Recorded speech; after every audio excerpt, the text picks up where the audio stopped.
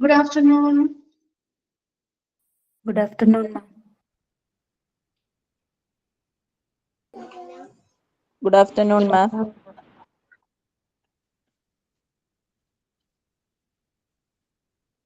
Okay, നമ്മുടെ quality assurance ആണ് നാബല്ലേ പഠിച്ചുകൊണ്ടിരുന്നത് കഴിഞ്ഞ ക്ലാസ്സില്.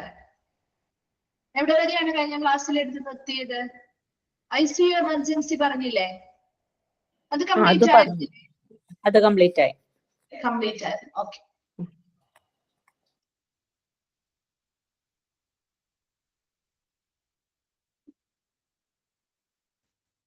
ഓക്കെ, അപ്പൊ next operation theatre or anaesthesia. Nursing educator, operation തിയേറ്ററിലെ നഴ്സിംഗ് എഡ്യൂക്കേറ്റർ ആണ് ഇത് മോണിറ്റർ ചെയ്യുന്നതും നടപ്പിലാക്കേണ്ടതും. അപ്പൊ നോക്കി, ഓപ്പറേഷൻ തിയേറ്റർ അല്ലെങ്കിൽ അതുമായി ബന്ധപ്പെട്ട അനസ്തേഷ്യ അല്ലെ, നമ്മൾ ഓപ്പറേഷൻ തിയേറ്ററിൽ നമ്മൾ സർജറി ഒക്കെ ചെയ്യുന്നതുമായി ബന്ധപ്പെട്ട അനസ്തേഷ്യ കൊടുക്കാറുണ്ട് അല്ലെ. അപ്പൊ അതുമായി ബന്ധപ്പെട്ട് വരുന്ന കാര്യങ്ങളാണ് ഇനി താഴെ പറയുന്ന ഓരോ ക്വാളിറ്റി ഇൻഡിക്കേറ്റേഴ്സും. അപ്പൊ നോക്കിയേ, first one percentage modification of anaesthesia plan.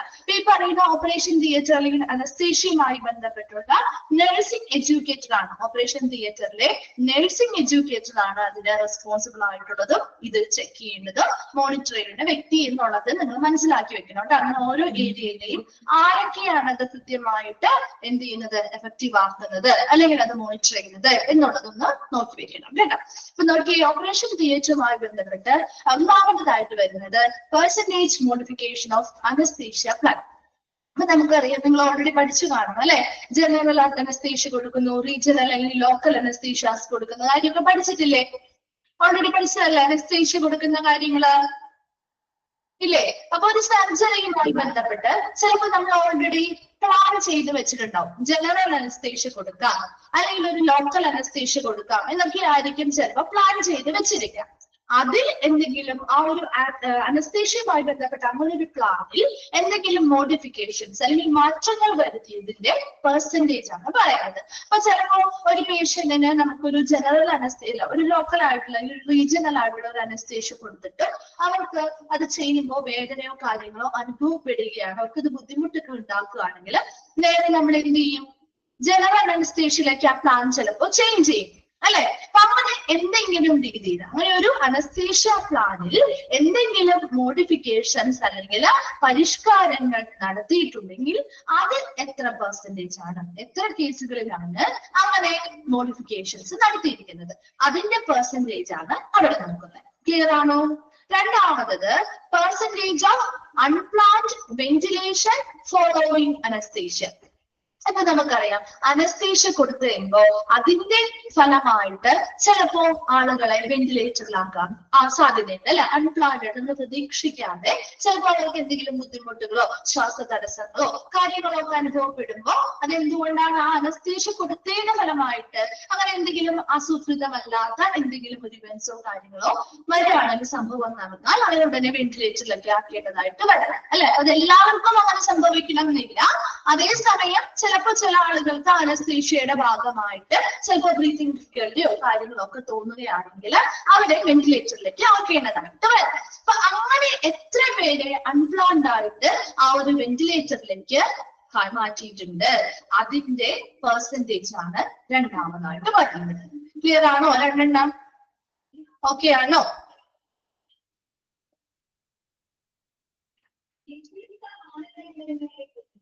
ഒന്ന് റിപ്ലൈ ചെയ്യണം കേട്ടോ. മനസ്സിലായെങ്കിൽ ഒന്ന് റിപ്ലൈ ചെയ്യാം കേട്ടോ. അപ്പൊ മൂന്നാമത്തത് percentage of unfavourable anaesthesia events. അതായത് നമുക്ക് ഫേവറബിൾ അല്ലാത്ത അനസ്തേഷ്യ ഇവന്റ്സ്. ഇപ്പൊ അനസ്തേഷ്യൊക്കെ സംഭവിച്ചു കഴിയുമ്പോൾ ചിലപ്പോൾ എന്തെങ്കിലും ഗുരുതരമായിട്ടുള്ള എന്തെങ്കിലും പ്രശ്നങ്ങൾ അവർക്ക് അനുഭവപ്പെടുകയോ അതുമായി ബന്ധപ്പെട്ട എന്തെങ്കിലും സംഭവങ്ങൾ ഉണ്ടാവുകയോ ഒക്കെ ചെയ്യാം. ചിലപ്പോൾ ഒരു ഭാഗം തളർന്നു പോകാറുണ്ട് അല്ലെ.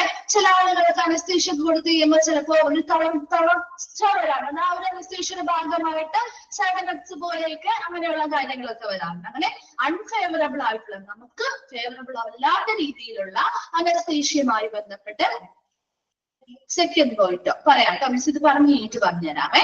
അപ്പൊ അൺഫേവറബിൾ ആയിട്ടുള്ള അങ്ങനെ എന്തെങ്കിലും അനസ്തേഷ്യയുമായി ബന്ധപ്പെട്ട എന്തെങ്കിലും സംഭവങ്ങളോ കാര്യങ്ങളോ ഉണ്ടായിട്ടുണ്ടെങ്കിൽ അത് എത്ര പെർസെന്റേജ് ആണ് ഉണ്ടായിരിക്കുന്നത്, അതാണ് മൂന്നാമത്തേല് പറയുന്നത്. രണ്ടാമത്തേല് പറയുന്നത് ഇപ്പൊ അനസ്തേഷ്യയുമായി ബന്ധപ്പെട്ട് ചില ആളുകൾക്ക് ബ്രീത്തിങ് ഡിഫിക്കൽറ്റി ഒക്കെ തോന്നാം. അനസ്തേഷ്യ നൽകി കഴിഞ്ഞതിന് ശേഷം ചിലപ്പോൾ അവർക്ക് ബുദ്ധിമുട്ട്, ശ്വസിക്കാൻ ബുദ്ധിമുട്ടോ അനുഭവപ്പെടുന്നവരാണെങ്കിൽ അവരെ നമ്മൾ എന്ത് ചെയ്യും, വെന്റിലേറ്ററിലേക്ക് മാറ്റും അല്ലെ. ആ ഒരു ബ്രീത്തിങ് എളുപ്പമാക്കാനും ആ ഒരു ബുദ്ധിമുട്ടൊക്കെ ഒഴിവാക്കാനും വേണ്ടിയിട്ട്. അപ്പൊ അങ്ങനെ എത്ര ആളുകളെ അനസ്തേഷ്യയുമായി ബന്ധപ്പെട്ട് വെന്റിലേറ്ററിൽ അൺപ്ലാൻഡ് ആയിട്ട് ആസൂത്രിതമല്ലാതെ നമ്മള് കൊണ്ടുപോയി അല്ലെങ്കിൽ ആ വെന്റിലേറ്റർ സഹായം അവർക്ക് ലഭ്യമാക്കിയിട്ടുണ്ട്, അത് എത്ര ആളുകൾക്കാണ് അല്ലെങ്കിൽ എത്ര കേസിലാണ് ഇങ്ങനെ വെന്റിലേറ്റർ സഹായം ആവശ്യമായി വന്നത്, അതിന്റെ പെർസെന്റേജ് ആണ് രണ്ടാമത്തിൽ പറയുന്നത്. ക്ലിയർ ആണോ? മൂന്നാമത്തേത് എന്താ പറഞ്ഞേ, അനസ്തേഷ്യ ഇവന്റ്സ്, അതായത് അൺഫേവറബിൾ ആയിട്ടുള്ള ചിലപ്പോ ചില ആളുകൾക്ക് ഓരോ ഭാഗങ്ങൾ തളർന്നു പോവാം, അല്ലെങ്കിൽ മറ്റെന്തെങ്കിലും ബുദ്ധിമുട്ടുകൾ അനസ്തേഷ്യയുമായി ബന്ധപ്പെട്ട് പല സംഭവങ്ങളും അല്ലെങ്കിൽ ബുദ്ധിമുട്ടുകൾ അനുഭവപ്പെടാം. അപ്പൊ അങ്ങനെ നമുക്ക് ഫേവറബിൾ അല്ലാത്ത അനസ്തേഷ്യയുമായി ബന്ധപ്പെട്ട് എന്തെങ്കിലും ബുദ്ധിമുട്ടുകളോ കാര്യങ്ങളോ ഉണ്ടായിട്ടുണ്ടെങ്കിൽ അത് എത്ര പെർസെന്റേജ് ആണ്, അതാണ് മൂന്നാമത്തതിൽ പറയുന്നത്. നാലാമത്തത് അനസ്തേഷ്യ റിലേറ്റഡ് മോർട്ടാലിറ്റി റേറ്റ്. അപ്പൊ അനസ്തേഷ്യ ഒക്കെ കൊടുത്ത് കൂടിപ്പോയാൽ എന്ത് പറ്റും, ആള് മരണപ്പെട്ടു പോവാ അല്ലെ, അപ്പൊ മരണം സംഭവിക്കാം. അങ്ങനെ എത്ര പേര് ഈ പറയുന്ന അനസ്തേഷ്യയുമായി ബന്ധപ്പെട്ട് മരണപ്പെട്ടിട്ടുണ്ട്, അവരുടെ മോർട്ടാലിറ്റി റേറ്റ് അല്ലെങ്കിൽ ആ മരണനിരക്കിനെയാണ് നാലാമതായി പറയുന്നത്. അഞ്ചാമത്തത് percentage of unplanned return to OT. നമ്മൾ ഓൾറെഡി പറഞ്ഞതാണ് അല്ലെ, ഓപ്പറേഷൻ തിയേറ്ററിലേക്ക് ആസൂത്രിതമല്ലാത്ത തിരിച്ചുവരവ്. അതായത് ഓപ്പറേഷൻ കഴിഞ്ഞു അവര് ഇപ്പൊ നമ്മുടെ റിക്കവറി റൂമിലോ കാര്യങ്ങളിലോ കിടക്കുകയാണ്.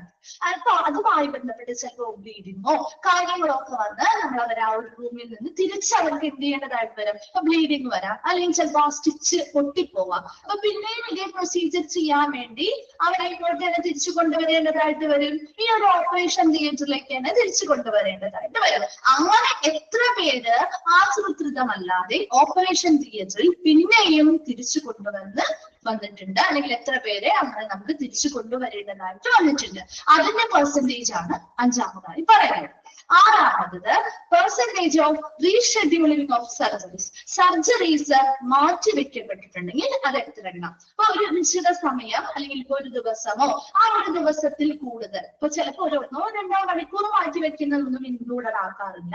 അതേസമയം ഒരു ദിവസമോ അല്ലെങ്കിൽ കുറച്ച് ദിവസങ്ങൾ കഴിഞ്ഞൊക്കെ എന്തെങ്കിലും ഒരു ഓൾറെഡി പ്ലാൻ ചെയ്ത സർജറീസ് രണ്ടാമത് പുനഃഷെഡ്യൂൾ ചെയ്യുന്നു, റീഷെഡ്യൂൾ ചെയ്ത് മറ്റൊരു ദിവസത്തിലേക്ക് മാറ്റുകയാണെങ്കിൽ അത് എത്ര എണ്ണമാണ് അങ്ങനെ മാറ്റിവെച്ചിട്ടുള്ള സർജറികൾ, അതിന്റെ പെർസെന്റേജ് ആണ് ആറാമതിൽ പറയുന്നത്. ഇനി 6 എണ്ണം വരെ ക്ലിയർ ആണോ? 6 എണ്ണം വരെ ഓക്കെ ആണോ? നമ്മൾ ഇതെല്ലാം ഇങ്ങനെ പോയിന്റ്സ് ആണ് പറയുന്നത്, അപ്പൊ എന്താണെന്ന് മനസ്സിലാക്കി വെച്ചാൽ നിങ്ങൾ. ഓക്കെ, ഇപ്പൊ 7th വൺ ആണ് percentage of cases where the organization procedure to avoid hostile events like wrong site, wrong patient, wrong surgery has been adhered to. നമ്മൾ ഓൾറെഡി പറഞ്ഞ ഒരു പോയിന്റ് തന്നെയാണ് അല്ലെ. ഇപ്പൊ ചിലപ്പോൾ നമുക്കറിയാം ഇപ്പൊ ഹോസ്റ്റൈൽ ആയിട്ട് അല്ലെങ്കിൽ പ്രതികൂലമായിട്ടുള്ള പല സംഭവങ്ങൾ, റോങ് സൈറ്റിൽ സർജറീസ് നടത്താം, റോങ് പേഷ്യൻസിൽ സർജറി നടത്താം അല്ലെ, റോങ് സർജറി റോങ് ആയിട്ട് മാറാം, തെറ്റായ രീതിയിൽ സർജറി നടത്താം. അപ്പൊ അങ്ങനെയുള്ള കേസുകളൊക്കെ വന്നിട്ടുണ്ടെങ്കിൽ അത് എത്ര ശതമാനം, എത്ര കേസുകളാണ് അതിൽ വന്നിരിക്കുന്നത്, അതിനെതിരെ ആ ഹോസ്പിറ്റലിൽ നടത്തിയിട്ടുള്ള പ്രൊസീജിയേഴ്സ് എത്രത്തോളമാണ് എന്ന രീതിയിലുള്ള കാര്യങ്ങളുടെ പെർസെന്റേജ് ആണ് 7th വണ്ണിൽ പറയുന്നത്. 8th വണ്ണില് percentage of cases who received suitable prophylactic antibiotics within the specific time period. ആ ഒരു നിർദ്ദിഷ്ട സമയപരിധിക്കുള്ളിൽ എത്ര ആളുകളാണ് അനുയോജ്യമായിട്ടുള്ള പ്രോഫിലാറ്റിക് ആന്റിബയോട്ടിക്സ്, രോഗപ്രതിരോധ ആന്റിബയോട്ടിക്സ് അല്ലെങ്കിൽ രോഗപ്രതിരോധവുമായി ബന്ധപ്പെട്ട് ആന്റിബയോട്ടിക്സ് റിസീവ് ചെയ്തിട്ടുള്ള സ്വീകരിച്ചിട്ടുള്ള ആളുകളുടെ എണ്ണം എത്ര കേസസ് ആണ്. അതായത് percentage of cases who received suitable ആയിട്ടുള്ള അനുയോജ്യമായിട്ടുള്ള രോഗപ്രതിരോധവുമായി ബന്ധപ്പെട്ട ആന്റിബയോട്ടിക്സ് ആ ഒരു നിശ്ചിത ടൈം ഫ്രെയിമിനുള്ളിൽ സ്വീകരിച്ചിട്ടുള്ള ആളുകളുടെ ഈ കേസുകളുടെ പെർസെന്റേജ് ആണ് 8th വൺ. Ninth one ആണ് percentage of cases in which the planned surgery is altered intra-operatively. അതായത് percentage of cases which is planned surgery. അതായത് പ്ലാൻ ചെയ്ത് നമ്മൾ നടത്തുന്ന ഒരു സർജറിയാണെന്ന് വിചാരിക്കുക. ആ സർജറി പ്ലാൻ ചെയ്ത് നടത്തുന്ന സർജറി ചെയ്തുകൊണ്ടിരിക്കുന്ന സമയത്ത് ചിലപ്പോ അവർക്ക് എന്തെങ്കിലും ബുദ്ധിമുട്ടുകളോ കാര്യങ്ങളോ അനുഭവപ്പെട്ടാൽ നമ്മൾ ആ പ്ലാനിൽ മാറ്റങ്ങൾ വരുത്തില്ലേ? പറ്റില്ലേ? And is altered intra operatively. ആ ഒരു ഓപ്പറേഷൻ നടന്നുകൊണ്ടിരിക്കുന്ന സമയത്ത് പേഷ്യൻസിന് എന്തെങ്കിലും ബുദ്ധിമുട്ടോ കാര്യങ്ങളോ അനുഭവപ്പെടുകയാണ്, അല്ലെങ്കിൽ മറ്റെന്തെങ്കിലും നമ്മൾ മുൻകൂട്ടി കാണാത്ത രീതിയിലുള്ള എന്തെങ്കിലും കാര്യങ്ങൾ ഇൻസിഡൻസോ കാര്യങ്ങളോ അവിടെ നടക്കുമ്പോൾ നമ്മൾ ആ ഒരു സർജറി നടന്നുകൊണ്ടിരിക്കുന്ന സമയത്ത് തന്നെ ആ സർജറിയുടെ പ്ലാനുകളിൽ മാറ്റം വരുത്താം, അല്ലെ? ഇപ്പൊ ചിലപ്പോ ഒരു സർജറി ചെയ്തുകൊണ്ടിരിക്കുന്ന സമയത്ത് ചിലപ്പോ നമുക്ക് മനസ്സിലാവാണ് അവരുടെ ഉള്ളിൽ അതുമായി ബന്ധപ്പെട്ട് മറ്റെന്തെങ്കിലും സിസ്റ്റോ കാര്യങ്ങളോ ഉണ്ട് എന്ന് മനസ്സിലാക്കിയാൽ, അതെ സിസ്റ്റോ കാര്യങ്ങളോ ഉണ്ട് എന്ന് സിസ്റ്റം മുഴകളാണ്, അല്ലെ? അങ്ങനെ എന്തെങ്കിലും മുഴകളോ കാര്യങ്ങളോ ഇപ്പൊ വയറുമായി ബന്ധപ്പെട്ട് സർജറി ഒക്കെ ചെയ്യുമ്പോൾ കണ്ടു കഴിഞ്ഞാൽ ഡോക്ടേഴ്സ് എന്ത് പറയും? ഇങ്ങനെ അവർ പുറത്ത് വന്ന് നമ്മുടെ റിലേറ്റീവ്സിനോട് ഇൻഫോം ചെയ്യും, ഇങ്ങനെയാണ് നമ്മൾ നോക്കിയപ്പോൾ ഇങ്ങനെ കാണുന്നുണ്ട്. അപ്പൊ അതുമായി ബന്ധപ്പെട്ട ആളുകളെ വരും അവരിൽ നിന്ന് കൺസേൺ വാങ്ങാനായിട്ട്. അപ്പൊ അവര് പറയും ഓക്കെ അങ്ങനെയാണെങ്കിൽ അതുകൂടി റിമൂവ് ചെയ്തു എന്ന് പറയും, അല്ലെ? അപ്പൊ അതവരുടെ ആ ഒരു പ്ലാനിൽ ഉണ്ടായിരുന്ന ഒരു കാര്യമല്ല, മറിച്ച് അപ്പോ ആ ഒരു ഓപ്പറേഷൻ ചെയ്യുന്ന സമയത്താണ് അവർക്ക് അത് കണ്ടുപിടിക്കാൻ പറ്റിയതും അത് ചെയ്യാൻ പോകുന്നതും. അപ്പൊ അത് ആ ഒരു പ്ലാനിന്റെ സർജറിയിൽ ഉണ്ടാകുന്ന വ്യത്യാസങ്ങളല്ലേ, അല്ലെ? മാറ്റം വരുത്തുകയല്ലേ ചെയ്യുന്നത്. അതാണ് ഒരു ഓപ്പറേഷൻ നടന്നുകൊണ്ടിരിക്കുന്ന സമയത്ത് ഇങ്ങനെ ആ ഒരു പ്ലാൻഡ് ആയിട്ടുള്ള സർജറിയിൽ എന്തൊക്കെ മാറ്റങ്ങളാണോ വരുത്തിയിരിക്കുന്നത് അങ്ങനെയുള്ള കേസുകളുടെ പെർസെന്റേജ് ആണ് 9th വണ്ണിൽ പറയുന്നത്. ക്ലിയർ ആണോ? 10th വണ്ണാണ് re exploration rate. അതായത് നമ്മുടെ ഹോസ്പിറ്റലില് നമ്മുടെ ഒരു റീ എക്സ്പ്ലോറേഷൻ റേറ്റ് എന്ന് പറഞ്ഞാൽ സൂക്ഷ്മ പരിശോധന, വീണ്ടും നമ്മൾ പരിശോധന നടത്താനാണ്. ഇപ്പൊ സർജറി കഴിഞ്ഞു, ഇപ്പൊ ഒരു ഹാർട്ടുമായി ബന്ധപ്പെട്ട് കാർഡിയാക് സർജറി കഴിഞ്ഞ് അവരെ കൊണ്ടുവന്നു കഴിയുമ്പോൾ അവർക്ക് പിന്നെയും വലിയ രീതിയിലുള്ള ബ്ലീഡിംഗ് ഉണ്ടായെന്ന് വിചാരിക്കുക. അപ്പൊ നമ്മൾ അവർ എന്ത് ചെയ്യും? ഒന്നുകൂടി സൂക്ഷ്മ പരിശോധന നടത്താൻ വേണ്ടി എന്ത് ചെയ്യും? നമ്മളൊന്നുകൂടി റീ എക്സ്പ്ലോറേഷൻ കൊടുക്കും, അല്ലെങ്കിൽ ഒന്നുകൂടി അവരെ സൂക്ഷ്മ പരിശോധന വീണ്ടും അവരെ പരിശോധിക്കും. എന്തുകൊണ്ടാണ് ഇവിടെ ബ്ലീഡിംഗ് വരുന്നത്, എന്താണ് അതിന്റെ കാരണം എന്ന് വീണ്ടും പരിശോധിക്കും, അല്ലെ? അല്ലെങ്കിൽ ഇപ്പൊ നമ്മുടെ സർജറിക്ക് കഴിഞ്ഞ് വന്നവർക്ക് ചിലപ്പോ ആ ഒരു ഭാഗത്ത് നല്ലോണം പെയിൻ ഒക്കെ അനുഭവപ്പെടുകയാണെങ്കിൽ നമ്മൾ അവരെ വീണ്ടും ഒന്നുകൂടി ആ ഒരു ഏരിയക്ക് ഒന്നുകൂടി പരിശോധനകൾ നടത്താറുണ്ട്. പല രീതിയിലുള്ള മെഷീൻസ് ഉപയോഗിച്ചുകൊണ്ട് പരിശോധന നടത്താം, അല്ലാതെ എക്സ്റേയോ സ്കാനിങ്ങോ ഉപയോഗിച്ച് പരിശോധന നടത്താം, അല്ലെ? അപ്പൊ ആ ഒരു കാരണം എന്താണെന്ന് കണ്ടുപിടിക്കാൻ വേണ്ടി നമ്മൾ വീണ്ടും സൂക്ഷ്മ പരിശോധന നടത്തുന്നതിനെയാണ് റീ എക്സ്പ്ലോറേഷൻ റേറ്റ് എന്ന് പറയുന്നത്. അപ്പൊ ബ്ലീഡിംഗ് ഒക്കെ വന്നു കഴിഞ്ഞാൽ അതിലേക്ക് റീചെക്ക് ചെയ്യാണ് നമ്മൾ, എന്തുകൊണ്ട് ആ ഒരു ബ്ലീഡിംഗ് വന്നു എന്ന കാരണം നമ്മൾ റീചെക്ക് ചെയ്യണമെങ്കിൽ വീണ്ടും സൂക്ഷ്മ പരിശോധന നടത്തുന്നതിനെയാണ് റീ എക്സ്പ്ലോറേഷൻ റേറ്റ് എന്ന് പറയുന്നത്. ലാസ്റ്റ് വരുന്നത് OT utilisation rate. Operation theatre ഉപയോഗിക്കുന്നതിന്റെ റേറ്റ്, അതായത് നിർദ്ദിഷ്ട ഒരു ടൈം പീരീഡില് എത്ര പെർസെന്റേജുകൾ അല്ലെങ്കിൽ എത്ര കേസുകളാണ് ആ ഒരു ഓപ്പറേഷൻ തിയേറ്ററിൽ ഉപയോഗിച്ചിട്ടുള്ളത്, അല്ലെങ്കിൽ എത്ര സമയമോ ആ ഒരു ഓപ്പറേഷൻ തിയേറ്റർ നമ്മൾ ഉപയോഗിച്ചു. കാരണം ഓരോ സർജറി ചെയ്യുമ്പോഴും ആ ഒരു ഓപ്പറേഷൻ തിയേറ്റർ യൂസ് ചെയ്തുകൊണ്ടിരിക്കുകയാണ്, അല്ലെ? അപ്പൊ ആ വ്യത്യസ്തമായിട്ടുള്ള ഒരു ടൈം പീരീഡ് പറയും. ആ ടൈം പീരീഡില് നമ്മൾ എത്ര പെർസെന്റേജ് ആണ് ആ ഒരു ഓപ്പറേഷൻ തിയേറ്റർ ഉപയോഗിച്ചിരിക്കുന്നത്, അതിന്റെ റേറ്റ് ആണ് OT യൂട്ടിലൈസേഷൻ റേറ്റ് എന്ന് പറയുന്നത്. വേഗം ആ 11 നോക്കി ഏതെങ്കിലും റിപ്പീറ്റ് ചെയ്യണമെങ്കിൽ പറഞ്ഞാൽ മതി കേട്ടോ.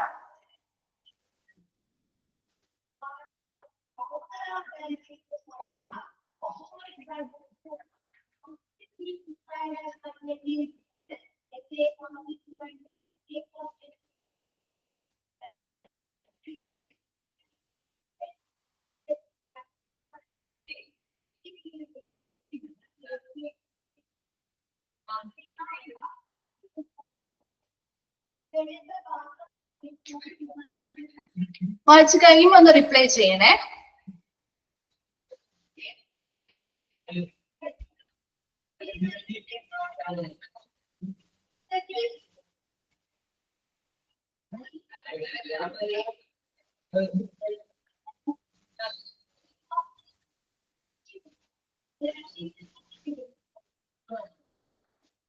ക്ലിയർ ആണോ?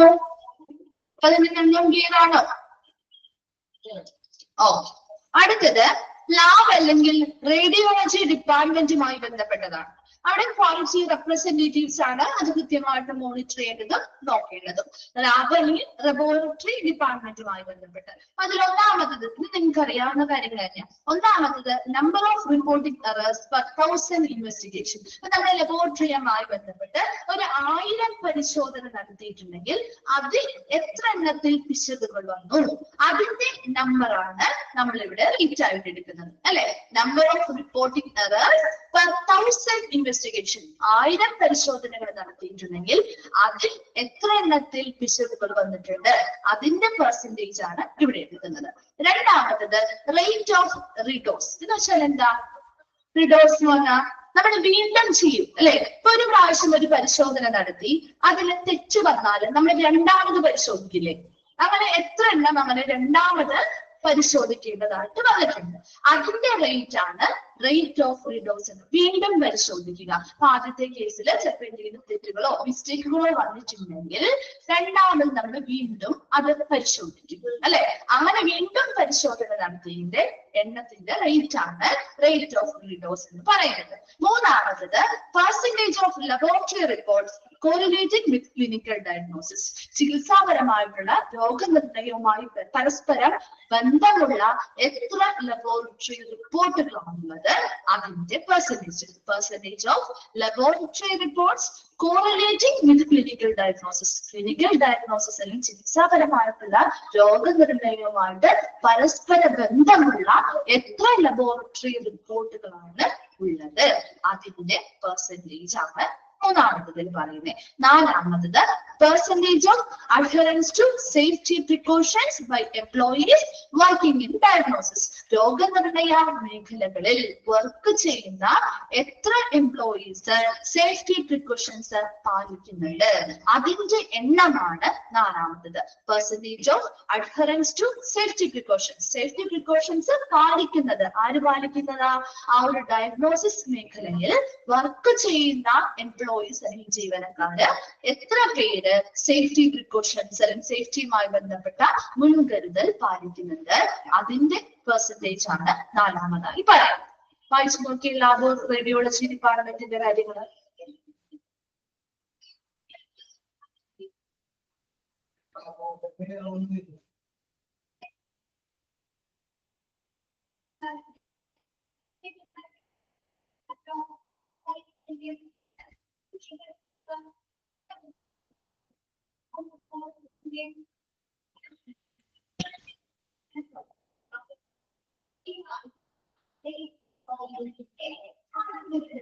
Third point, percentage of laboratory reports correlating with clinical diagnosis എന്ന് പറഞ്ഞാൽ ഇപ്പൊ ചികിത്സാപരമായിട്ടുള്ള നമ്മൾ രോഗനിർണയം നടത്തും അല്ലെ. ഇപ്പൊ ചില ചികിത്സയുമായി ബന്ധപ്പെട്ട് നമ്മൾ രോഗനിർണയം നടത്തുമ്പോൾ അതിനൊരു പരസ്പര ലബോറട്ടറി റിപ്പോർട്ടുകൾ അതുമായിട്ട് ശരിക്കും യോജിച്ച രീതിയിലുള്ള റിപ്പോർട്ടുകൾ കിട്ടും ഇല്ലേ. ഇപ്പൊ നമുക്ക് ഇന്നൊരു രോഗമാണെന്നൊരു സംശയം തോന്നും. ആ ഒരു രോഗത്തിന് വേണ്ടിയിട്ട് ചിലപ്പോൾ നമുക്ക് പ്രൂവ് ചെയ്യാൻ വേണ്ടിയിട്ടായിരിക്കും നമ്മൾ ആ ഒരു ലബോറട്ടറി റിപ്പോർട്ടുകൾ എടുക്കുന്നത്. അത് ചിലപ്പോൾ അതുമായിട്ട് പരസ്പര ബന്ധം വരുന്ന രീതിയിലുള്ള റിപ്പോർട്ടായിരിക്കും ചിലപ്പോൾ കിട്ടുക അല്ലെ. ചില സമയങ്ങളിൽ അത് അങ്ങനെ തന്നെ ആവണമെന്നുണ്ടോ? അല്ല, നമ്മൾ എല്ലാ റിപ്പോർട്ടുകൾ എടുക്കുമ്പോഴും അതേ രീതിയിൽ അതായത് നമ്മൾ സംശയിക്കുന്ന രീതിയിലുള്ള റിപ്പോർട്ട് തന്നെ ആവണമെന്നുണ്ടോ? ഒരു ചികിത്സയ്ക്ക് വേണ്ടിയിട്ട് നമ്മളൊരു റിപ്പോർട്ട് എടുക്കുകയാണ്. അപ്പൊ ചിലപ്പോൾ ഒരു എന്താണ് പറയാ എന്തെങ്കിലും ഇപ്പൊ ഒരു എന്തെങ്കിലും എന്തെങ്കിലും ഒരു കേസ് നോക്കാം. ഇപ്പൊ ഒരു കയ്യിലൊരു ഫ്രാക്ചർ ഉണ്ടെന്ന് നമുക്ക് സംശയം തോന്നാണ്. നമ്മളൊരു എക്സ്റേ റിപ്പോർട്ട് എടുക്കുന്നു അല്ലെങ്കിൽ ഇപ്പോഴത്തെ ലബോറട്ടറി പറയുന്നത് ഒരു എക്സ്റേ റിപ്പോർട്ട് എടുക്കുന്നു. അത് ചിലപ്പോൾ നമുക്ക് എക്സ്റേ റിപ്പോർട്ട് എടുത്ത് കഴിയുമ്പോൾ ചിലപ്പോൾ എന്ത് ചെയ്യാൻ പറ്റില്ല, അത്രയധികം ഫ്രാക്ചറോ കാര്യങ്ങളോ ചിലപ്പോൾ ഉണ്ടാവണമെന്നില്ല ഇല്ലേ. അതങ്ങനെ അതായത് ചികിത്സാപരമായിട്ടുള്ള രോഗനിർണയവുമായി ബന്ധപ്പെട്ട് ചിലപ്പോ നല്ല രീതിയിൽ ബന്ധമുള്ള റിപ്പോർട്ടുകൾ നമുക്ക് കിട്ടാറുണ്ട്. ഇപ്പൊ നമ്മളൊരു ക്യാൻസറുമായി ബന്ധപ്പെട്ടോ ഒരു ക്യാൻസറിന് വേണ്ടിയിട്ട് നമ്മൾ സൂചനയുള്ള നമുക്ക് സംശയമാണ് അതുമായി ബന്ധപ്പെട്ട് നമ്മൾ ട്രീറ്റ്മെന്റുകൾ എടുക്കുന്നതിന് വേണ്ടിയിട്ട് നമ്മളൊരു പരിശോധന നടത്തുന്നു, ലബോറട്ടറി പരിശോധന നടത്തുന്നു. അങ്ങനെ പരിശോധന നടത്തി കഴിയുമ്പോൾ ചിലപ്പോൾ അത് പോസിറ്റീവായിട്ട് വരാറുണ്ട് അല്ലെ, അല്ലെങ്കിൽ ചിലപ്പോൾ അത് നെഗറ്റീവായിട്ടല്ലേ വരിക. ആണോ?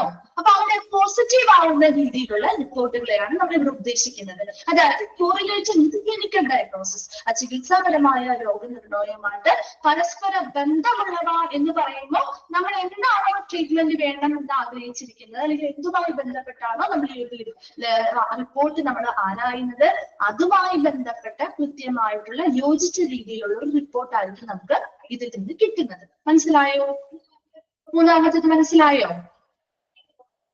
ഫോർത്ത് പോയിന്റിൽ പറയുന്നത്, ഇപ്പൊ നമ്മുടെ റേഡിയോളജി ഡിപ്പാർട്ട്മെന്റ് അല്ലെങ്കിൽ ഡയഗ്നോസിസ് രോഗനിർണയവുമായി ബന്ധപ്പെട്ട് ഒരു ലാബിലായിക്കോട്ടെ, അവിടുത്തെ സ്റ്റാഫുകൾ കുറെ പ്രിക്കോഷൻസ് പാലിക്കണം, മുൻകരുതൽ പാലിക്കണം. അവരുടെ സ്വന്തം സേഫ്റ്റിക്ക് വേണ്ടി അല്ലെ, അവിടെ വർക്ക് ചെയ്യുന്ന സ്റ്റാഫുകൾ അവരുടെ സേഫ്റ്റിക്ക് വേണ്ടി കുറെ കാര്യങ്ങൾ പാലിക്കേണ്ടതായിട്ടുണ്ട്. അപ്പൊ അവിടെ വർക്ക് ചെയ്യുന്ന ഓരോ എംപ്ലോയീസിലും എത്ര പേര് ഈ പറയുന്ന സേഫ്റ്റി, അവരുടെ സ്വന്തം സേഫ്റ്റിയുമായി ബന്ധപ്പെട്ട എത്ര പേര് അതിനു വേണ്ടിയുള്ള മുൻകരുതൽ അല്ലെങ്കിൽ പ്രിക്കോഷൻസ് പാലിക്കുന്നുണ്ട്. ചിലപ്പോൾ എല്ലാവരും അത് പാലിക്കണം എന്നില്ല. അവരുടെ സേഫ്റ്റി ചിലപ്പോൾ അവരെല്ലാവരും ആ ഒരു സേഫ്റ്റി ഉറപ്പുവരുത്തണം അല്ലെങ്കിൽ പാലിക്കണം എന്നില്ല. അതിൽ എത്ര പേര് ആ സേഫ്റ്റി പ്രിക്കോഷൻസ് പാലിക്കുന്നുണ്ട്, അവരുടെ പെർസെന്റേജ് ആണ് നാലാമത്തത്. ക്ലിയർ ആണോ?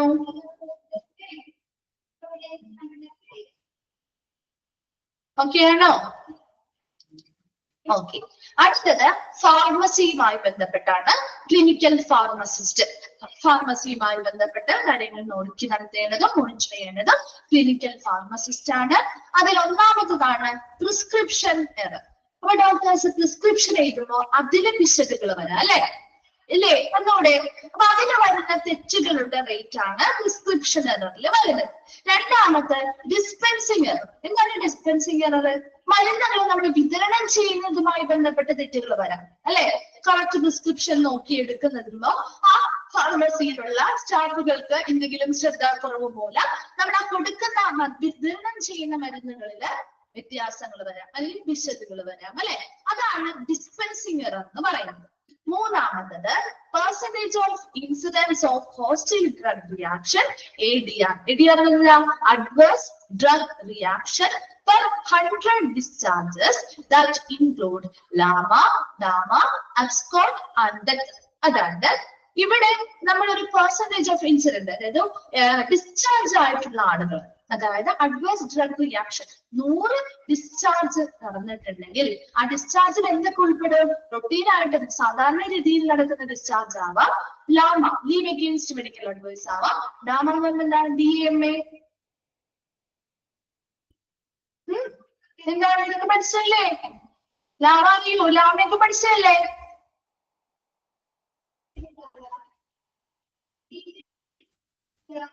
പഠിച്ചതാണ്.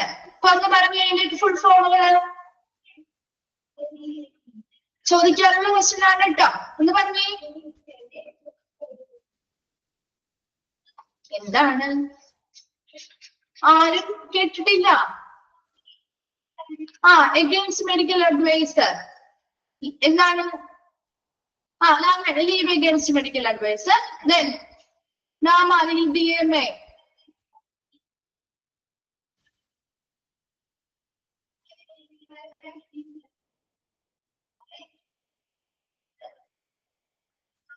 എന്താണിത്?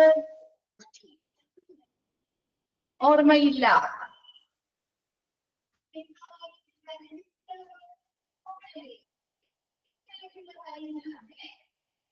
ഓക്കെ, നോക്കിയേ. നമ്മുടെ ലാമ എന്ന് പറഞ്ഞാൽ ലീവ് അഗെയിൻസ്റ്റ് അല്ലെ. അതുപോലെ തന്നെ ഇപ്പൊ അബ്സ്കോൺ എന്താണ്?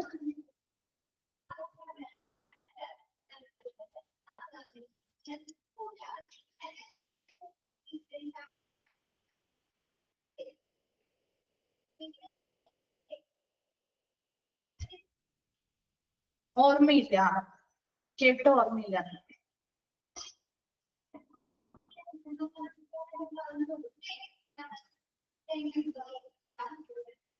ഓക്കെ, നോക്കിയേ. Percentage of incidence of hostile drug reaction എന്ന് വെച്ചാൽ എന്താ?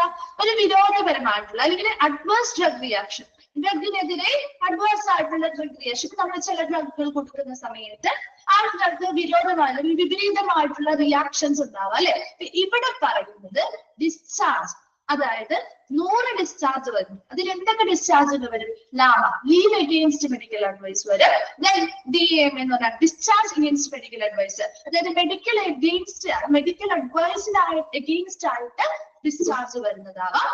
അതുപോലെ തന്നെ അബ്സ്കോണ്ട് എന്ന് പറഞ്ഞാൽ എന്താ അബ്സ്കോണ്ട്? അത് പഠിച്ചിട്ടില്ലേ നിങ്ങള്? അത് പഠിച്ചിട്ടില്ലേ? Abscond medical റെക്കോർഡ്സിൽ പഠിച്ചിട്ടില്ലേ? ഡീറ്റെയിൽസ് ഒക്കെ നമ്മൾ ഓൾറെഡി ഓരോന്ന് നിങ്ങൾ മെഡിക്കൽ റെക്കോർഡ്സ് എടുത്തായിരുന്നോ? ആ ചാപ്റ്റർ കഴിഞ്ഞായിരുന്നോ? കഴിഞ്ഞു. അപ്പൊ എന്താണ് അബ്സ്കോണ്ട് എന്ന് പറഞ്ഞാ? ഹോസ്പിറ്റലിൽ നിന്ന് ഒളിച്ചോട്ടി പോകുന്ന ആളുകള് അല്ലേ? ആണോ? ഹോസ്പിറ്റലിൽ നിന്ന് എന്ത് ചെയ്യാം? പേയ്മെന്റ് ഒന്നും കൊടുക്കാതെ പെട്ടെന്ന് ഒരു ദിവസം കാണുകയാവാം അല്ലേ? ഒളിച്ചോടി പോകുന്ന ആളുകളില്ലേ? ഇതൊക്കെ കേട്ടിട്ടുണ്ടോ എവിടെയെങ്കിലും? കേട്ടിട്ടുണ്ടോ? അറിയാത്തവരാണെങ്കിൽ ഒന്ന് എഴുതി വെക്കണം കേട്ടോ. കാരണം പിന്നീട് നമ്മൾ അത് വായിക്കുന്ന സമയത്ത് നിങ്ങൾക്ക് ഇത് എന്താണെന്നൊരു കൺഫ്യൂഷൻ തോന്നരുത് കേട്ടോ. ഡെത്ത് ഇതെല്ലാം ഒരു മരണം സംഭവിക്കുക, അല്ലെങ്കിൽ ഇങ്ങനെ ഒളിച്ചൂടി പോവുക, അല്ലെങ്കിൽ എന്താണ് ഡിസ്ചാർജ് അഗെയിൻസ്റ്റ് മെഡിക്കൽ അഡ്വൈസ് ആവാം, അല്ലെങ്കിൽ ലീവ് അഗെയിൻസ്റ്റ് മെഡിക്കൽ അഡ്വൈസ് ആവാം. ഇവയെല്ലാം ഡിസ്ചാർജിൽ വരുന്ന കാര്യങ്ങളാണ് അല്ലെ? ഇതെല്ലാം ആ ഹോസ്പിറ്റലിൽ പോകുന്നത് കൊണ്ട് തന്നെ നമ്മൾ അത് ഡിസ്ചാർജിലാണ് ഉൾപ്പെടുത്തുന്നത്. അപ്പൊ ഈ ഡിസ്ചാർജ്, അതായത് 100 പേര് അവിടെ ഡിസ്ചാർജ് ആയിട്ടുണ്ടെങ്കിൽ അതിൽ എത്ര പേർക്ക് ഈ പറയുന്ന അഡ്വേഴ്സ് ഡ്രഗ് റിയാക്ഷൻസ് ഉണ്ടായിട്ടുണ്ട്, അതിന്റെ പെർസെന്റേജ്, അങ്ങനെയുള്ള സംഭവങ്ങളുടെ പെർസെന്റേജ് ആണ് മൂന്നാമത്തതിൽ കാണുന്നത്. മനസ്സിലായോ? Percentage of incidence of hostile drug reactions, അതായത് നമുക്ക് വിപരീതമായിട്ടുള്ള ഡ്രഗ് റിയാക്ഷൻസ് ഉണ്ടാകുന്നു. അത് എത്ര എണ്ണം? 100 ഡിസ്ചാർജ്. ഒരു സമയത്ത് 100 ഡിസ്ചാർജ് വന്നിട്ടുണ്ടെങ്കിൽ ആ ഡിസ്ചാർജുകളിൽ എന്തൊക്കെ ഉൾപ്പെടാനാണ് പറയുന്നത്? നോർമൽ ആയിട്ടുള്ള ഡിസ്ചാർജ് മാത്രമല്ല നമ്മൾ കണക്കാക്കുന്നത്, ലാമ, ഡാമ, അബ്സ്കോണ്ട്, അണ്ടത്ത്, ഈ പറയുന്ന എല്ലാ രീതിയിലുമുള്ള ഡിസ്ചാർജുകളും ഉൾപ്പെടുത്തി അതിൽ ആ 100 ഡിസ്ചാർജുകളിൽ എത്ര ആളുകൾക്ക് അഡ്വേഴ്സ് ആയിട്ടുള്ള ഡ്രഗ് റിയാക്ഷൻ ഇൻസിഡന്റുകൾ ഉണ്ടായി, അതിന്റെ പെർസെന്റേജ് ആണ് കാണുക. ക്ലിയർ ആണോ? മൂന്നാമത്തത് ഞാൻ അടുത്തത് പറയുമ്പോൾ ഇതേപോലെ തന്നെ പറയുമ്പോൾ കൺഫ്യൂഷൻ ആവരുത്. അതുകൊണ്ടാണ് മിസ് ഇത്രയും ഇത് ഡീറ്റെയിൽ ആയിട്ട് പറയുന്നത് കേട്ടോ. മൂന്നാമത്തത് ക്ലിയർ ആണോ? ഓക്കെ. നാലാമത്തത് percentage of medication chart with error prone abbreviations. ഇത് നമ്മൾ ഓൾറെഡി പഠിച്ചതാണ് അല്ലെ? എറർ പ്രോൺ അബ്രിവിയേഷൻസ് നമുക്കറിയാം. മെഡിക്കേഷൻ ചാർട്ടുകളിൽ ഡോക്ടേഴ്സ് അബ്രിവിയേറ്റഡ് ഫോമുകൾ എഴുതുമ്പോൾ അതിൽ എത്ര എണ്ണത്തിനാണ് എറേഴ്സ് വന്നിട്ടുള്ളത്, എത്ര എണ്ണത്തിനാണ് എറേഴ്സ് അല്ലാതെ ശരിയായ രീതിയിൽ അബ്രിവിയേഷൻസ് സൂചിപ്പിക്കുന്നത്, അതിന്റെ എണ്ണമാണ്. ആ മെഡിക്കേഷൻ ചാർട്ടുകളിൽ ഇതുപോലെ അബ്രിവിയേഷൻ ശരിയായിട്ട് എഴുതുന്ന, തെറ്റുകളൊന്നും ഇല്ലാത്ത രീതിയിൽ എഴുതുന്ന എത്ര മെഡിക്കേഷൻ ചാർട്ടുകളുണ്ട്. അപ്പൊ ആ ഒരു അബ്രീവിയേഷനിൽ ചിലപ്പോൾ നമ്മൾ അബ്രീവിയേഷൻ എഴുതുമ്പോൾ എങ്ങനെയാ? വളരെ ഷോർട്ട് ആയിട്ട് ക്യാപിറ്റൽ ലെറ്റേഴ്സിൽ വളരെ ചിലപ്പോൾ 1-2 വേർഡുകളായിരിക്കും, അല്ലെങ്കിൽ 3 ലെറ്റേഴ്സ് ഒക്കെ ആയിരിക്കും. അപ്പൊ അതിൽ ഏതെങ്കിലും ഒരു ലെറ്ററിൽ മാറ്റം വന്നു കഴിഞ്ഞാൽ എന്ത് പറ്റും?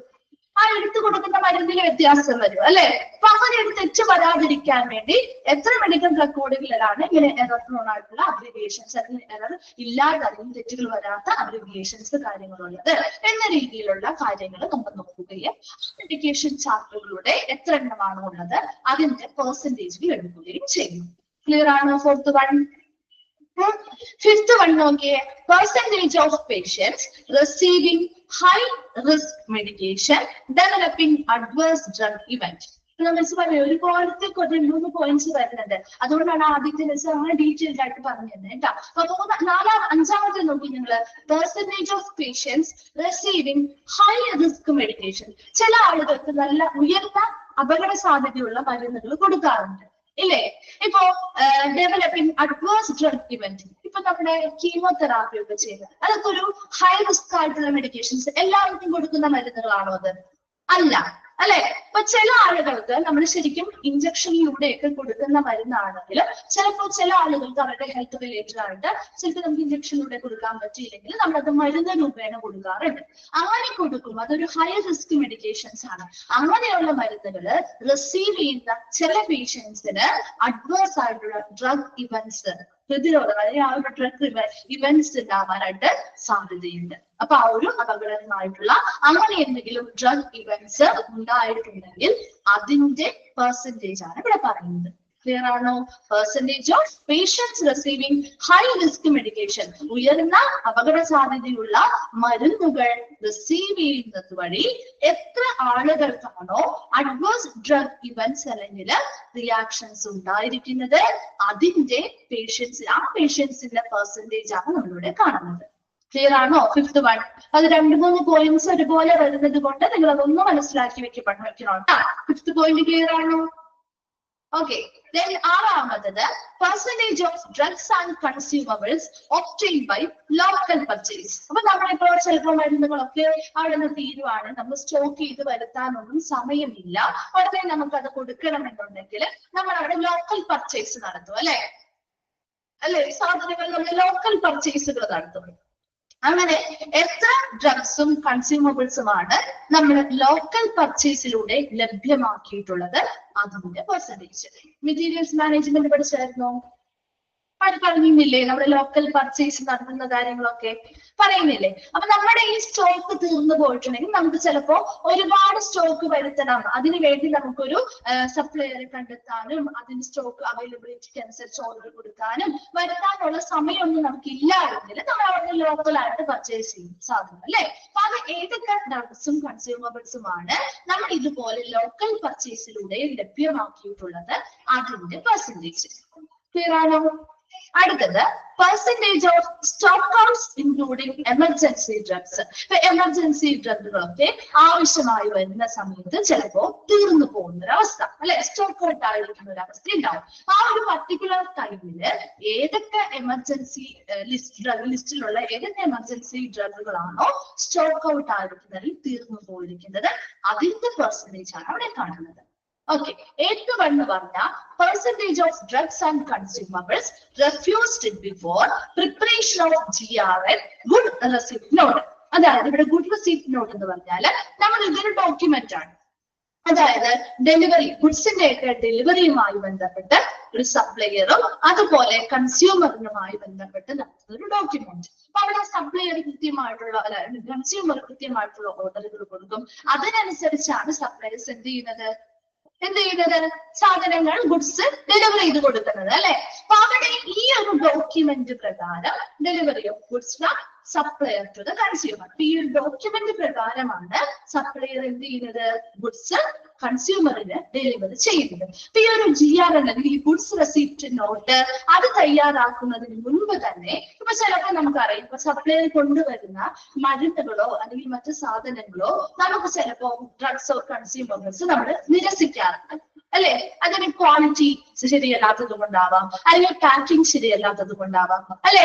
ആ പല കാരണങ്ങളാണ് ഈ ഒരു GRN നോട്ട് പ്രിപ്പയർ ചെയ്യുന്നതിന് മുൻപ് തന്നെ നമ്മൾ എന്ത് ചെയ്യാറുണ്ട് ഡ്രഗ്സും കൺസ്യൂമബിൾസും നമുക്ക് താല്പര്യമില്ലാത്തതാണ് കൊണ്ടുവന്ന് കഴിയുമ്പോൾ നമുക്ക് അത് ക്വാളിറ്റി ഇഷ്ടപ്പെടുന്നില്ല, അല്ലെങ്കിൽ അതിന് പാക്കിംഗ് നല്ല രീതിയിലല്ല ചെയ്തിരിക്കുന്നത് എന്ന് തോന്നുകയാണെങ്കിൽ നമ്മൾ അത് വേണ്ടെന്ന് വെക്കും, അല്ലെ? നിരസിക്കും. അതാണ് ഇവിടെ പറയുന്നത്. അപ്പൊ എത്ര ഡ്രഗ്സ് ആൻഡ് കൺസ്യൂമബിൾസ് ആണ് ഇതുപോലെ ഈ GRN നോട്ട് ഈ ഗുഡ്സ് റെസിപ്റ്റ് നോട്ട് തയ്യാറാക്കുന്നതിന് മുമ്പ് നമ്മൾ ഏതൊക്കെ ഡ്രഗ്സും കൺസ്യൂമബിൾസും ആണ് നിരസിച്ചിട്ടുള്ളത് അതിന്റെ പെർസെന്റേജ്. ക്ലിയർ ആവുന്നുണ്ടോ? 9th one ആണ് percentage of variation from the procurement process. അതായത് procurement എന്ന് പറഞ്ഞാൽ സംഭരണ പ്രക്രിയ, നമ്മുടെ മെഡിസിൻസിലേക്ക് സ്റ്റോർ ചെയ്യുന്ന പ്രക്രിയ, അതാണ് procurement പ്രോസസ് എന്ന് പറയുന്നത്.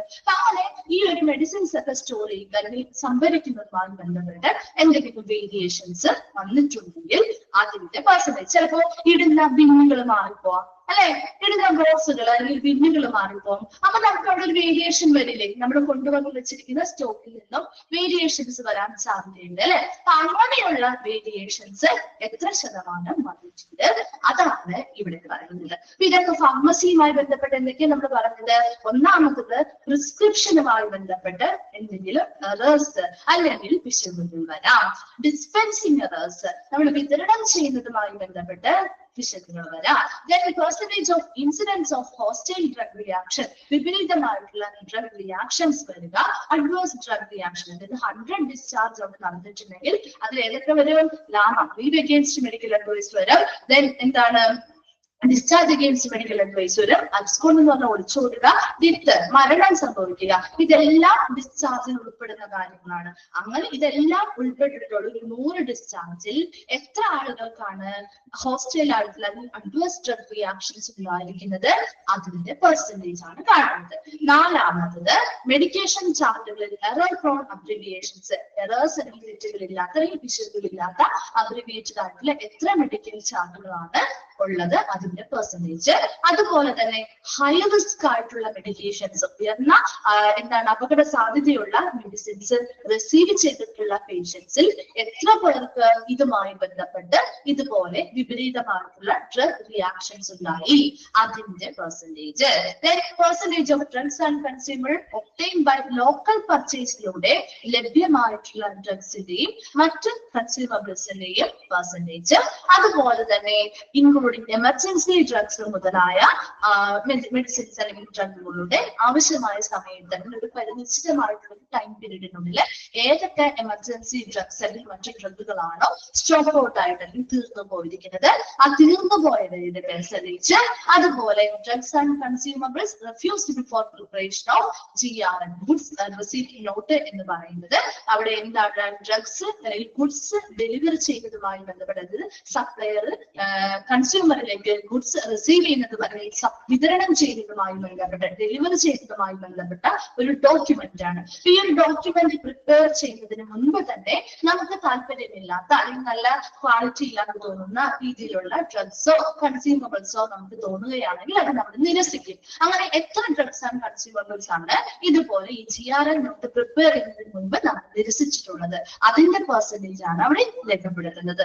ലാസ്റ്റ് വൺ പറയുന്നത് പ്രൊക്യൂർമെന്റ് പ്രോസസ് എന്ന് പറഞ്ഞ സംഭരണ പ്രക്രിയ. നമ്മൾ സ്റ്റോർ ചെയ്യുന്നതുമായി ബന്ധപ്പെട്ട് നമുക്ക് ഇത്ര സ്റ്റോക്ക് നമ്മൾ ഓൾറെഡി എടുത്തിട്ടുണ്ടാവും, അത് സ്റ്റോർ ചെയ്യുന്നതുമായി ബന്ധപ്പെട്ട് ചിലപ്പോൾ വേരിയേഷൻസ് അല്ലെങ്കിൽ വ്യത്യാസങ്ങൾ കാണാം. അത് ഓരോ ബോക്സിൽ രണ്ട് കൃത്യമായ ബോക്സുകളിൽ ഇടാത്തതോ അല്ലെങ്കിൽ വേറെ ഏതെങ്കിലും ബിന്നുകളിലായി പോകുന്നതോ അങ്ങനെയൊക്കെ ആകുമ്പോൾ നമുക്ക് ആ ഒരു വേരിയേഷൻസ് ചിലപ്പോൾ കാണിക്കാറുണ്ട്.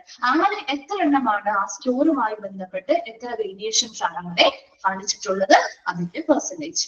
വേഗം ഒന്ന് വായിച്ചു നോക്കിയ ഫാർമസിയുമായി ബന്ധപ്പെട്ട കാര്യങ്ങൾ.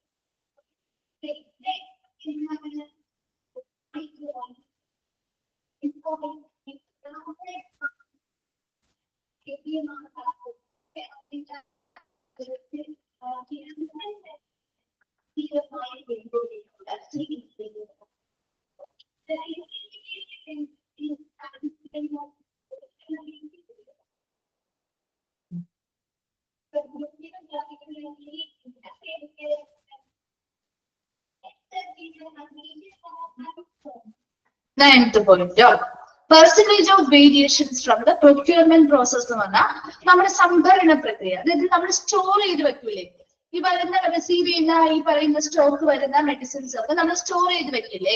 അപ്പൊ അങ്ങനെ സ്റ്റോർ ചെയ്ത് വരുമ്പോൾ ആ ഒരു റിസീവ് ചെയ്ത ഓർഡറിൽ നിന്നും നമ്മുടെ സ്റ്റോർ ചെയ്ത് വെക്കുമ്പോൾ ചില വേരിയേഷൻസ് വരാം. അതായത് ഇത് നമ്മൾ കൃത്യമായിട്ട് അടക്കി വെക്കുന്നതിന് പകരം ചിലപ്പോ ബിന്നുകൾ മാറിപ്പോവാം, ബോക്സുകൾ മാറിപ്പോവാം, അല്ലെ? മാറിയൊക്കെ ഇടുമ്പോൾ നമുക്ക് കൃത്യമായിട്ടുള്ള ഒരു അളവ് കിട്ടാതെ വരാം. നമ്മൾ ഈ സാധനങ്ങൾ ഓൾറെഡി പർച്ചേസ് ചെയ്ത് കൊണ്ടുവന്നിട്ടുണ്ടെങ്കിലും ആ ഒരു സ്റ്റോറില് അത് നോക്കുമ്പോൾ വേരിയേഷൻസ് വരാം, അല്ലെ?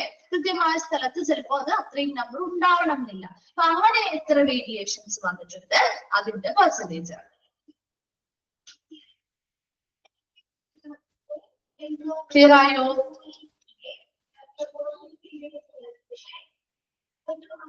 ഓക്കെ ആക്കാം.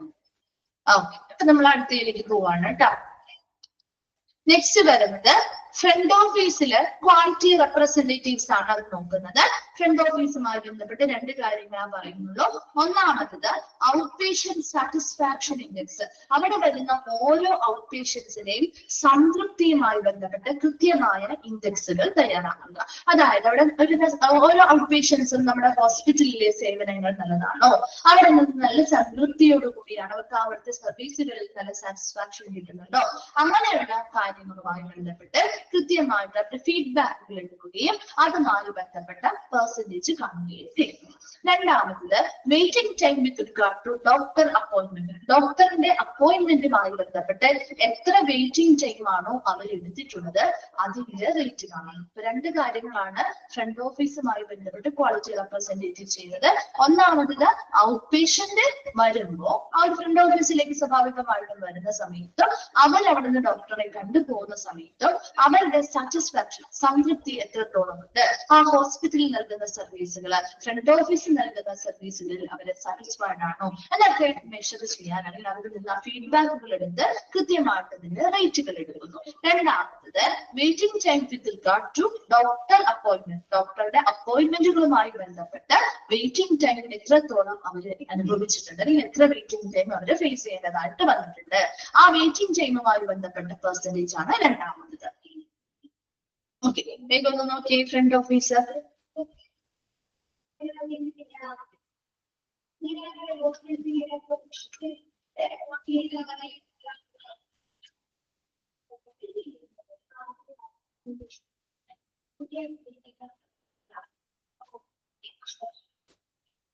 ക്ലിയർ ആണ്?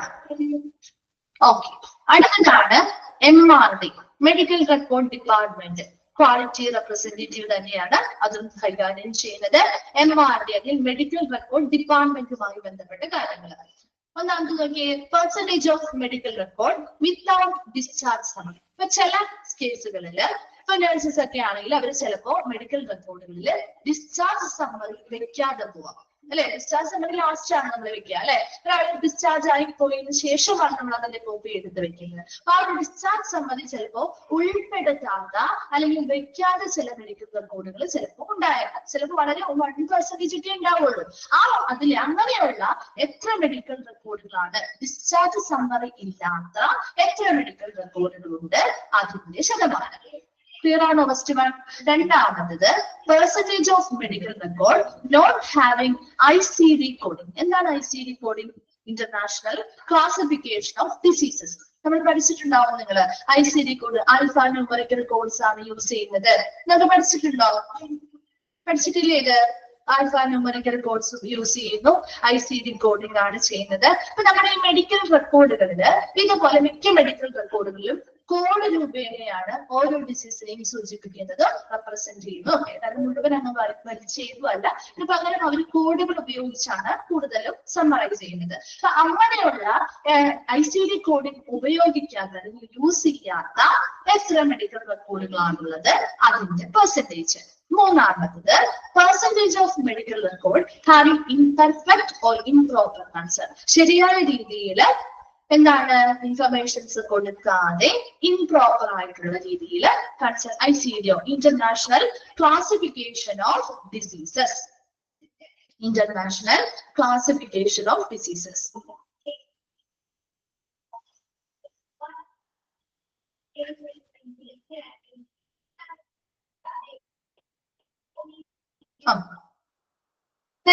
അടുത്ത് നോക്കിയപ്പോ ഇംപെർഫെക്റ്റ് ഓർ ഇംപ്രോപ്പർ കൺസേൺ, ശരിയായ രീതിയിൽ അവരോട് ഇൻഫർമേഷൻസ് കൊടുക്കാതെ വാങ്ങിയിട്ടുള്ള കൺസേൺസ് അല്ലെങ്കിൽ സമ്മതമാണ് എത്ര.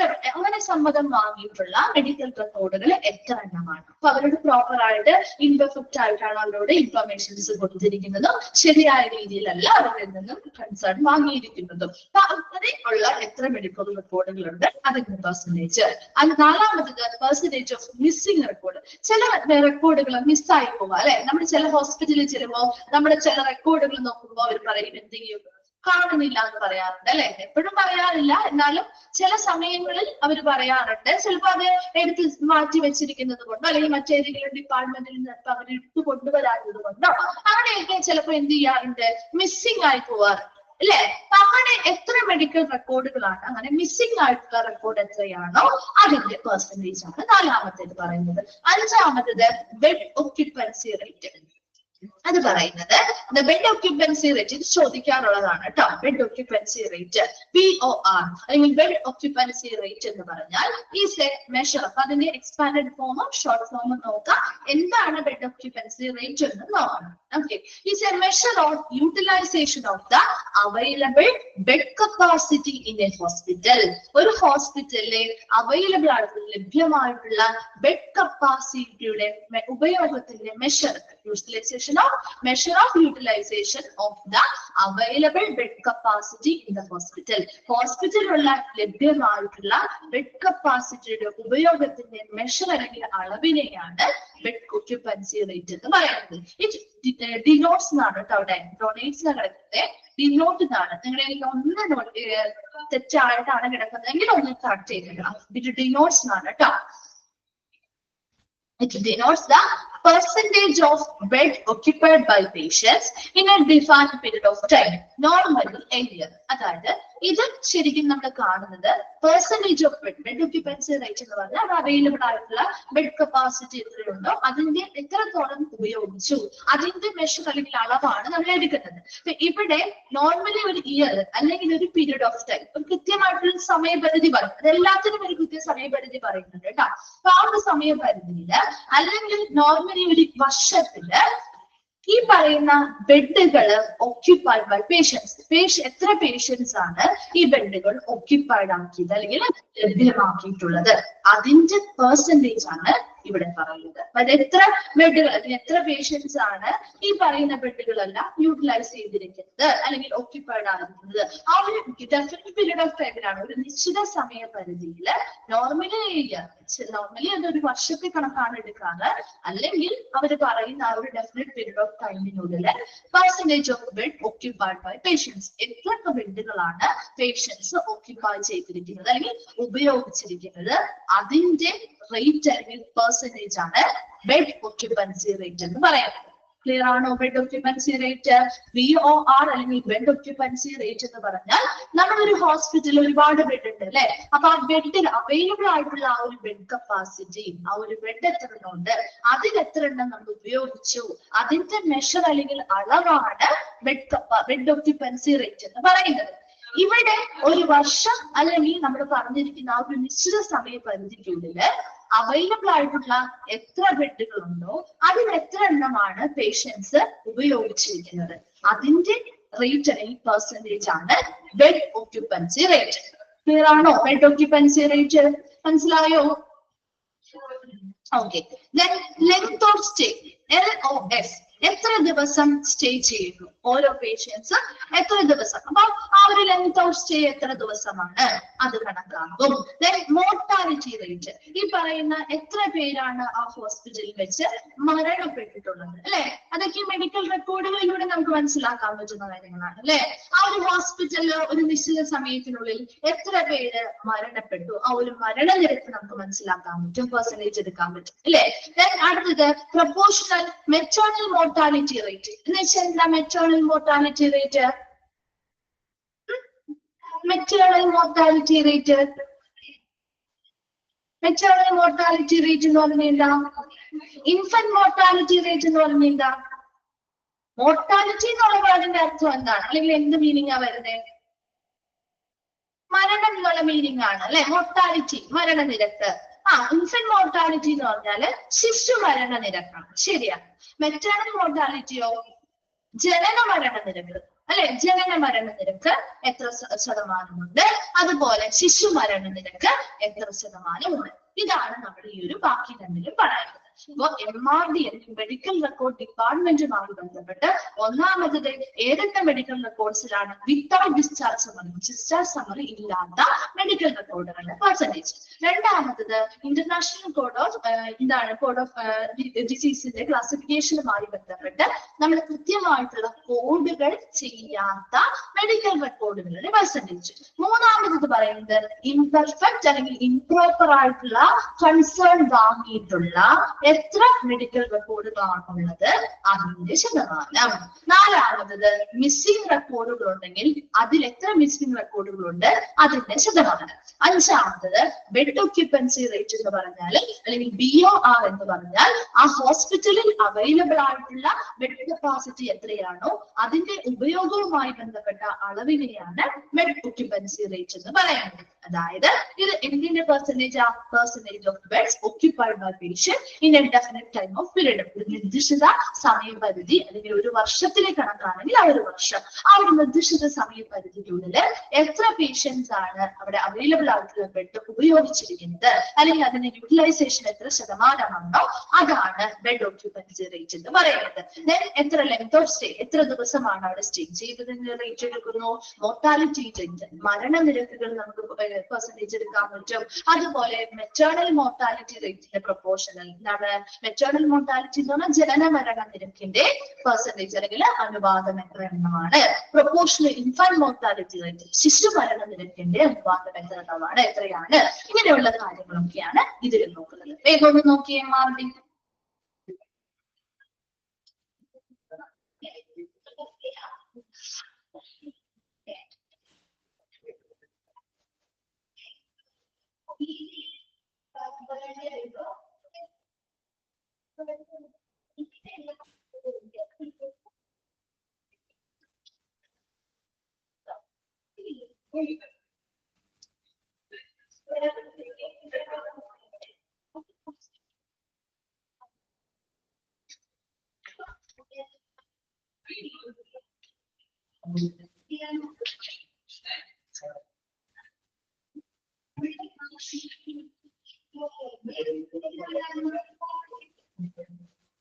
ക്ലിയർ ആണോ?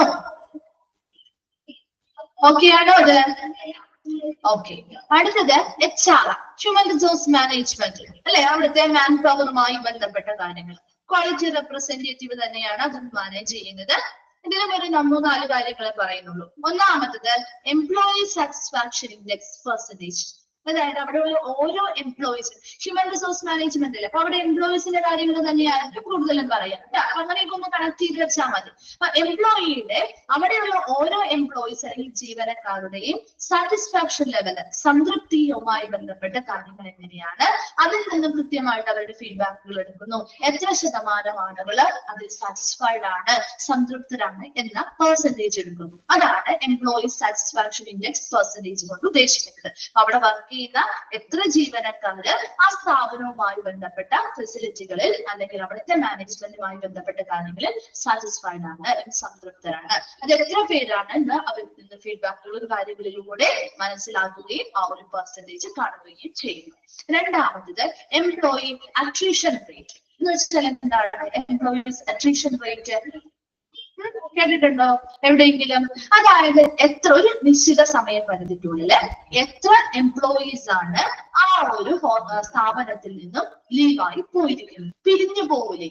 കുറെ പേര് ആ ഒരു സ്ഥാപനത്തിന് ചിലപ്പോൾ ഇഷ്ടമല്ലാത്തത് കൊണ്ടോ അവിടുത്തെ സർവീസുകൾ അവർക്ക് പറ്റാത്തത് കൊണ്ടോ അല്ലെ അവർ പിരിഞ്ഞു പോവാ അല്ലെങ്കിൽ കൊഴിഞ്ഞു പോവാ അല്ലെ. അപ്പൊ അങ്ങനെ എത്ര പേരാണ് ആ ഒരു നിശ്ചിത സമയപരിധിക്കുള്ളിൽ ആ ഒരു സ്ഥാപനത്തിൽ നിന്ന് അല്ലെങ്കിൽ ആ ഒരു ഓർഗനൈസേഷനിൽ നിന്ന് ലീവായി പോയിരിക്കുന്നത്, പിരിഞ്ഞു പോയിരിക്കുന്നത്, അതാണ് എംപ്ലോയീസ് അട്രീഷൻ റേറ്റിൽ പറയുന്നത്. മൂന്നാമത്തത് എംപ്ലോയി ആബ്സെന്റിസം റേറ്റ് എന്ന് വെച്ചാൽ എന്താണ്? നമ്മള് സ്കൂളിലൊക്കെ പോകുമ്പോ ആബ്സെന്റ് ആവാറില്ലേ, പോവാണ്ടിരിക്കാറില്ലേ, ആബ്സെന്റ് ആവാറില്ലേ?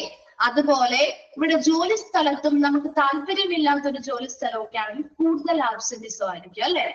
ഒരുപാട് ദിവസം നമ്മൾ ലീവ് എടുക്കും, നമുക്ക് മടിയായിട്ട് ഇല്ലേ, നമുക്ക് പോകാൻ താല്പര്യമില്ലാത്തത് കൊണ്ട് ഇല്ലേ, വർക്കൊക്കെ ഒരുപാട് വർക്കൊക്കെ ചെയ്യേണ്ടി വരാണെങ്കിൽ നമുക്ക് മടിയായിട്ട് നമ്മൾ പോവാതിരിക്കും. അപ്പൊ അതുപോലെ ഹാജർ നില. അപ്പൊ ഇവിടെയും എന്താണ്? എംപ്ലോയിയുടെ ഹാജർ നിലയുമായി ബന്ധപ്പെട്ട അല്ലെങ്കിൽ ആബ്സെന്റിസവുമായി ബന്ധപ്പെട്ട റേറ്റുകളാണ്. അപ്പൊ ഒരുപാട് അപ്പൊ ഈ റേറ്റ് എടുക്കുമ്പോൾ അവിടെയുള്ള എംപ്ലോയീസിൽ ആരൊക്കെയാണ് കൂടുതൽ ദിവസങ്ങളിൽ എല്ലാ ദിവസവും ഹാജരായിട്ടുള്ളത് അല്ലെങ്കിൽ എല്ലാ ദിവസവും ആബ്സെന്റ് ആവുന്ന അല്ലെങ്കിൽ അവിടെ അവധി എടുക്കുന്ന എത്ര പേരാണുള്ളത്, അങ്ങനെയുള്ള കാര്യങ്ങളൊക്കെ നമുക്ക് മനസ്സിലാക്കാൻ പറ്റും.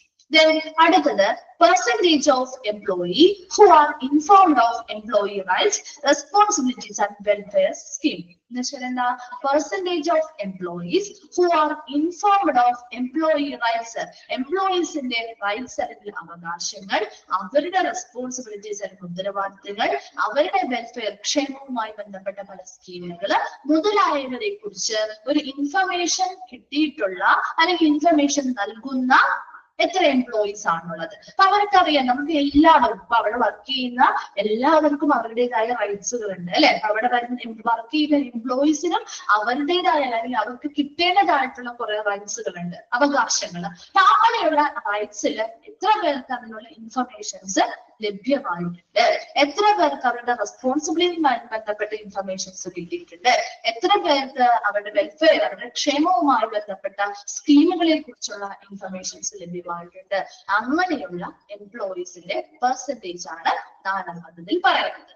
അഞ്ചാമത്തത് percentage of staff provided pre exposure prophylaxis. അതായത് പെർസെന്റേജ് ഓഫ് സ്റ്റാഫ് പ്രൊവൈഡഡ്, സ്റ്റാഫുകൾ എന്ത് പ്രൊവൈഡ് ചെയ്യുന്നു? Pre exposure prophylaxis. പ്രോഫിലാക്സിസ് പറഞ്ഞാൽ ആന്റിബയോട്ടിക്സ്. അതായത് പ്രീ എക്സ്പോസ്ഡ് ആയിട്ടുള്ള അല്ലെങ്കിൽ നമുക്ക് എന്തെങ്കിലും ബുദ്ധിമുട്ടുകൾ ഉണ്ടാക്കുന്ന രീതിയിലുള്ള ആന്റിബയോട്ടിക്സോ കാര്യങ്ങളോ ഏതെങ്കിലും സ്റ്റാഫുകൾ ആർക്കെങ്കിലും പ്രൊവൈഡ് ചെയ്തിട്ടുണ്ടെങ്കിൽ അതുമായി ബന്ധപ്പെട്ട പെർസെന്റേജ്. അപ്പൊ 5 എണ്ണമാണ് പറയുന്നത്. അത് HR ഹ്യൂമൻ റിസോഴ്സ് മാനേജ്മെന്റുമായി ബന്ധപ്പെട്ടാണ്. ഒന്നാമത്തത് പറഞ്ഞത് അവിടുത്തെ എംപ്ലോയീസിന്റെ സാറ്റിസ്ഫാക്ഷൻ ഇൻഡെക്സിന്റെ പെർസെന്റേജ്, അവിടെ എത്രത്തോളം സംതൃപ്തരാണോ ആ സംതൃപ്തിയുമായി ബന്ധപ്പെട്ട ഫീഡ്ബാക്കുകൾ എടുക്കുന്നു, അതിന്റെ പെർസെന്റേജ് കാണുന്നു. രണ്ടാമത്തത് എംപ്ലോയീസിന്റെ അട്രീഷൻ റേറ്റ്, അതായത് ഒരു ഗിവൺ പീരീഡ് ഓഫ് ടൈമില് എത്ര ആളുകളാണ് ഒരു സ്ഥാപനത്തിൽ നിന്നും ലീവായി പോയിരിക്കുന്നത് അല്ലെങ്കിൽ പിരിഞ്ഞു പോയിരിക്കുന്നത്, അതിന്റെ റേറ്റ്. മൂന്നാമത്തത് ആബ്സെന്റിസം റേറ്റ്, എത്ര പേര് ഈ ഒരു നിശ്ചിത സമയപരിധിക്കുള്ളിൽ എത്ര പേരാണ് അവിടെ ആബ്സെന്റ് ആയിട്ട് വരുന്നത്, അവരുടെ ഹാജർ നിലയുമായി ബന്ധപ്പെട്ട് നോക്കുമ്പോൾ എത്ര പേര് ഏതൊക്കെ ദിവസങ്ങളിലാണ് ആബ്സെന്റ് ആയിട്ടുള്ളത്, ഏത് ദിവസമാണ് കൂടുതൽ ഹാജർ നിലവാരം കുറവുള്ള ദിവസം, ഏത് ദിവസമാണ്, അങ്ങനെയുള്ള കാര്യങ്ങളൊക്കെ എടുക്കുന്ന അല്ലെങ്കിൽ റേറ്റ് എടുക്കുന്നതാണ് എംപ്ലോയി ആബ്സെന്റിസം റേറ്റ് പറയുന്നത്. നാലാമത്തത് percentage of employees who are informed of employee rights. അതായത് എംപ്ലോയീസിന് അവരുടെ റൈറ്റുകളെ കുറിച്ച് ഇൻഫർമേഷൻ കിട്ടിയിട്ടുണ്ടാവും, റെസ്പോൺസിബിലിറ്റീസിനെ കുറിച്ച് ഇൻഫർമേഷൻ കിട്ടിയിട്ടുണ്ടാവും, വെൽഫെയർ അവരുടെ ക്ഷേമവുമായി ബന്ധപ്പെട്ട സ്കീമുകളെ കുറിച്ച് ഇൻഫർമേഷൻസ് ലഭ്യമായിട്ടുള്ള എംപ്ലോയീസ് ആരൊക്കെയാണോ അവരുടെ പെർസെന്റേജ് ആണ് നാലാമത്തത്. അഞ്ചാമത്തതിൽ പറയുന്നത് percentage of staff provided pre exposure prophylaxis. അതായത് ഗുരുതരമായിട്ടുള്ള അല്ലെങ്കിൽ അപകടം സൃഷ്ടിക്കാവുന്ന രീതിയിലുള്ള എന്തെങ്കിലും ആന്റിബയോട്ടിക്സുകളോ കാര്യങ്ങളോ അവർ ആർക്കെങ്കിലും കൊടുത്തിട്ടുണ്ടെങ്കിൽ, സ്റ്റാഫുകൾ പ്രൊവൈഡ് ചെയ്തിട്ടുണ്ടെങ്കിൽ അതിന്റെ പെർസെന്റേജ് എത്രയാണ്? ഇതാണ് 5 എണ്ണം പറയുന്നത്. വേഗം ഒന്ന് വായിച്ചു നോക്കി, നെക്സ്റ്റ് ക്ലാസ്സിൽ വരുമ്പോൾ ഒന്ന് വായിച്ചിട്ട് വന്നാൽ മതി ട്ടാ. Thank you.